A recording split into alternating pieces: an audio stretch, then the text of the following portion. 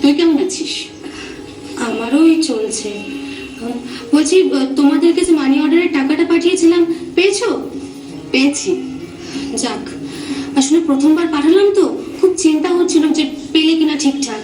পেয়েছি, কিন্তু টাকাটা আমি তোকেই ফেরত পাঠাচ্ছি। কেন মা?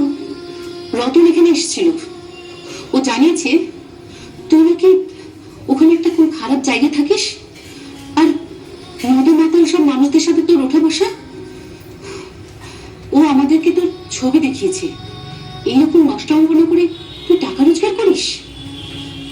মা, মা আমাকে আমাকে কয়েকদিনের ছুটি নিয়ে তোমাদের কাছে আসতে দাও, আমি সবটা তোমাদেরকে বুঝিয়ে বলবো। না, তুই এখানে কোনোদিনও আসবি না, আমরা মরে গেলেও না। আমাদের পরিবারের একটা মর্যাদা আছে, তোর মুখ দেখতে আমরা চাই না। আচ্ছা ঠিক আছে, আমার মুখ তোমাকে দেখতে হবে না মা, কিন্তু আমার পাঠানো টাকাটুকু অন্তত নাও।